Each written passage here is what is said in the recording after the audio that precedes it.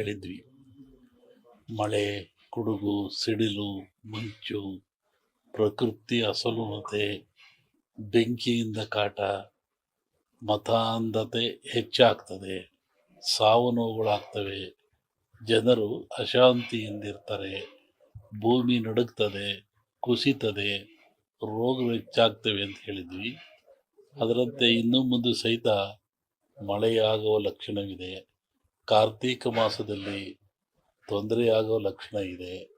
ಮಳೆಯಿಂದ, ರೋಗಗಳಿಂದ, ಭೂಮಿಯಿಂದ ಲಕ್ಷಣವಿದೆ.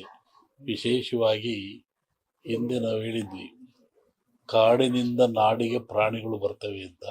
ಬಂದು ಈಗಲೂ ಅಂತಹ ಪರಿಸ್ಥಿತಿ ಇದೆ. ಕಾಡಿನಿಂದ ನಾಡಿಗೆ ಪ್ರಾಣಿಗಳು ಬರ್ತವೆ ಮತ್ತು ಭೂಮಿಯಲ್ಲಿಯೇ ಇರುವಂಥ ವಿಷ ಜಂತುಗಳು, ಪ್ರಾಣಿಗಳು, ಕ್ರಿಮಿಗಳು ಹೊರಗೆ ಬಂದು ಜನರಿಗೆ ಹೆಚ್ಚು ತೊಂದರೆ ಕೊಡುವಂಥ ಪ್ರಸಂಗ ಭಾಳ ಇದೆ.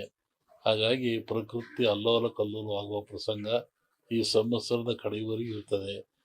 ಮತ್ತೆ ಒಂದು ಹಿಂದೆ ಹೇಳಿದ ಅಚ್ಚರಿಯ ಒಂದು ಅವಘಡ ಕಾದಿದೆ ಅಂತಂತೇಳಿ ಅಂತೆಯಾಗಿ ಕಲಗಳು ಹೆಚ್ಚಾಗ್ತಾ ಇದ್ದಾವೆ. ಒಂದು ಕಡೆಯಿಂದ ಪ್ರಕೃತಿ ವಿಕೋಪ, ಮತ್ತೊಂದು ಕಡೆ ಮತಾಂಧತೆ, ಜಾತೀಯತೆ, ಆಕ್ರೋಶಗಳು, ಅಶಾಂತಿಗಳು ಹೆಚ್ಚಾಗಿ ಮುಂದೆ ಜನಮನವನ್ನು ಶಾಂತಿ ಕೆಡಿಸ್ತಕ್ಕಂಥ ಕೆಲಸ ನಡೀತದೆ. ರಾಜಕೀಯ ಭವಿಷ್ಯ ಏನು ರಾಜಕೀಯದಲ್ಲಿ ಚೆನ್ನಾಗಿ ನಡೀತಾ ಇತ್ತಲ್ಲ. ಮುಂದೆ ಚುನಾವಣೆ ಇದೆ, ಚುನಾವಣೆ ಕಾಲದಲ್ಲಿ ಹೇಳ್ತೀನಿ ಏನಂತ.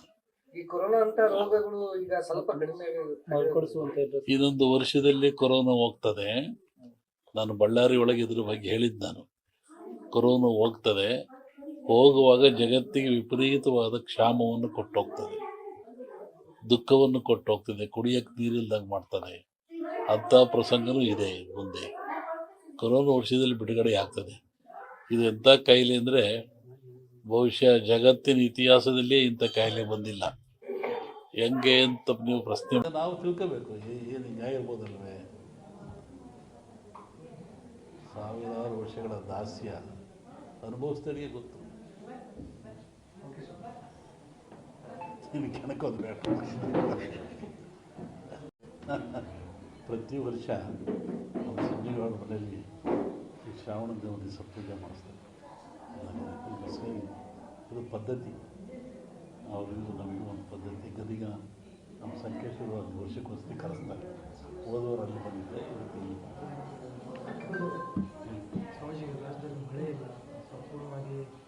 ಮಳೆ ಕಡಿಮೆ ಮನುಷ್ಯ ಎಷ್ಟು ತಪ್ಪು ಮಾಡಿದರೂ ಆ ಭಗವಂತ ಕ್ಷಮಿಸ್ತಾನಂತೆ. ಮನುಷ್ಯ, ಪ್ರಾಣಿ, ಭೂಮಿ ಏನು ಮಾಡಿದ್ರು ಸೃಷ್ಟಿಕರ್ತ ಅವನೇ ಅಲ್ಲದೆ ಅವನು ಕ್ಷಮಿಸ್ತಾನಂತೆ. ಆದರೆ ಮನುಷ್ಯ ಮಾಡಿದ ಕರ್ಮಗಳು ಅವನು ಕ್ಷಮಿಸಲ್ಲವಂತೆ. ಭಗವಂತ ಕ್ಷಮಿಸಿದರೂ ಮನುಷ್ಯ ತಾನು ಮಾಡಿದ ಕರ್ಮಗಳನ್ನು ಅವೇ ಕ್ಷಮಿಸಲ್ಲ. ಹಾಗಾಗಿ ಮನುಷ್ಯನ ಕರ್ಮಬಾಧೆಗಳು ಹೆಚ್ಚಾದಾಗ ಇವೆಲ್ಲ ಸಾಮೂಹಿಕವಾಗಿ ಅನುಭವಿಸಲೇಬೇಕಾಗ್ತದೆ. ಹಾಗೆ ಮಳೆ, ಭೂಕಂಪಗಳು, ಅರ್ಥಕ್ವೇಕ್ಗಳು ಅಥವಾ ನಡೀತಾ ಇರ್ತವೆ. ಏನೂ ಆಗಲ್ಲ, ಬರುತ್ತೆ. ತಮಾಷೆ ಅಂತೂ ಬರುತ್ತೆ, ಮಳೆ ಏನು ತೊಂದರೆ ಇಲ್ಲ. ಈ ಬಾರಿ ಏನಾದರೂ ಇದೇ ಪರಿಸ್ಥಿತಿ ಮುಂದುವರಿಯುತ್ತೆ? ಇಲ್ಲ, ಚೆನ್ನಾಗುತ್ತೆ, ತೊಂದರೆ ಏನಾಗಲ್ಲ. ಬರಗಾಲ ಛಾಯೆ ಇರ್ಬೋದು, ಅನುಕೂಲ ಆಗುತ್ತೆ. ಆ ಥರ ಹೇಳ್ಕೊಂಡು ಮಟ್ಟಕ್ಕೆ ಏನಿಲ್ಲ, ಚೆನ್ನಾಗಾಗುತ್ತೆ. ಮೊನ್ನೆ ವಸತಿ ಹೇಳಿದ್ವಲ್ಲ, ಬೆಳಗಾವಿನಲ್ಲಿ ಶ್ರಾವಣ ಮಧ್ಯಭಾಗದಲ್ಲಿ ಮಳೆ ಬರ್ತದೆ. ನೀವು ಉತ್ತರ ಕರ್ನಾಟಕದಲ್ಲಿ ಆಯಿತು, ಎಲ್ಲ ಕಡೆಗೆ ಆಯ್ತಲ್ಲ. ಈಗ ಅಮಾವಾಸ್ಯೆ ನಂತರ ಇಲ್ಲಿ ಬರುತ್ತೆ, ತೊಂದರೆ ಇಲ್ಲ. ಅಮಾವಾಸ್ಯೆ ನಂತರ ಈ ಕಡೆ ಈ ರಾಜಕೀಯದಲ್ಲಿ ಬೇರೆ ಬೇರೆ ರೀತಿಯ ಬೆಳವಣಿಗೆಗಳು ನಡೆದವು. ಮೈತ್ರಿಗಳು ಯಾವ್ಯಾವ ಪಕ್ಷಗಳು ಲೋಕಸಭಾ ಚುನಾವಣೆ ಪೂರ್ವದಲ್ಲಿ ರಾಜಕೀಯ ಬಗ್ಗೆ ಅದು ಬಂದಾಗ ಹೇಳೋದು. ಈಗೇನದು ಅವಶ್ಯಕತೆ ಇಲ್ಲ. ಇನ್ನೇನು ಬಂದೇ ಬಿಡುತ್ತಾ ಹೇಳೋದು ಇನ್ನೊಂದ್ಸತಿ ಗೊತ್ತಿಲ್ಲ ಅವಾಗ.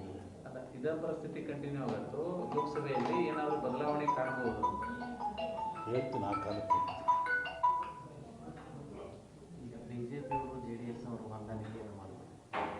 ನಮಗೇನು ಸಂಬಂಧ, ಅದ್ರ ಬಗ್ಗೆ ನಮಗೇನು ವಿಚಾರ ಅಂತ ಹೇಳಬಾರ್ದು. ದೇಶದ ಭವಿಷ್ಯ ಏನಾಗುತ್ತೆ? ದೇಶ ಹಿಂಗೆ ಹೋಗ್ತಾ ಹಿಂಗೆ ಹೋಗ್ತದೆ.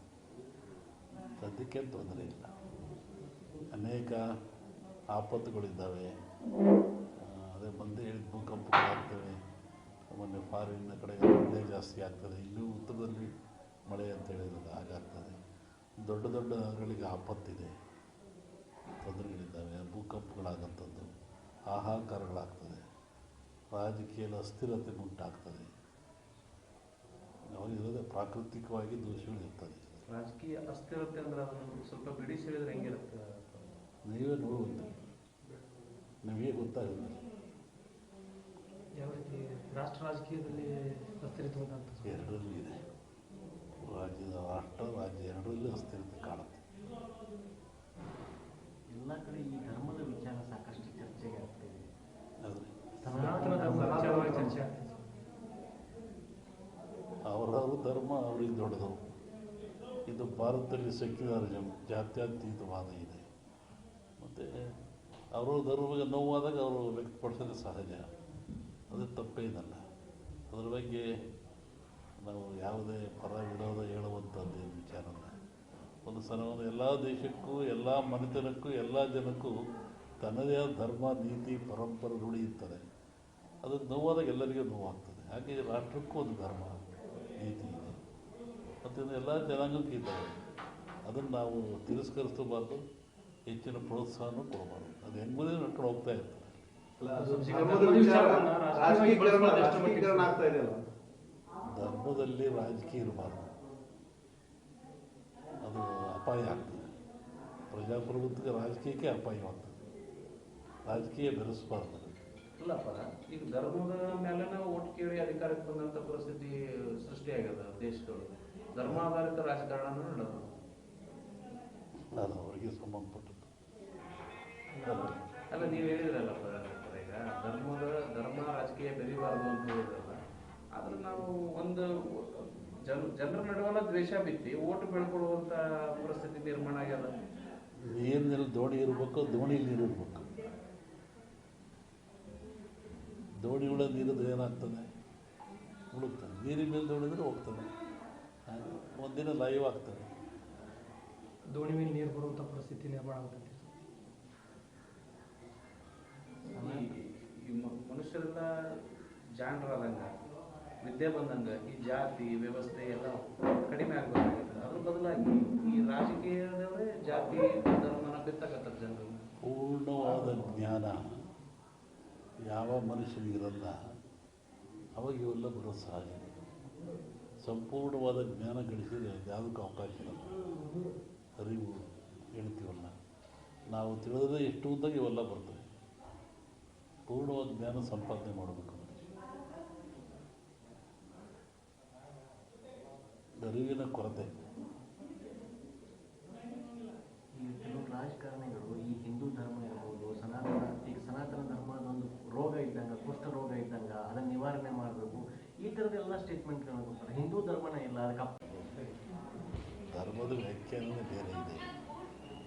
ನಮಗೆ ಹೇಳಿದ್ರು ಹಿಂದೂ ಧರ್ಮ ಯಾರು ಹುಟ್ಟಿಸಿದ್ರು ಅಂತ. ಸುಮ್ಮನೆ ಯಾಕೆ ಹೇಳ್ತಾರೆ? ನೋವಾಗಿದ್ದು ಕೇಳ್ತಾರೆ. ಅದಕ್ಕೆ ಪರಿಹಾರ ಎಲ್ಲರೂ ಹೇಳ್ಬೇಕು. ಏನು ನೋವಾಯಿತು, ಹೆಂಗಾಯಿತು, ಅವ್ರಿಗೆ ಯಾಕೆ ನೋವಾಯಿತು, ಧರ್ಮ ಹೆಂಗೆ ಹುಟ್ಟಿತು,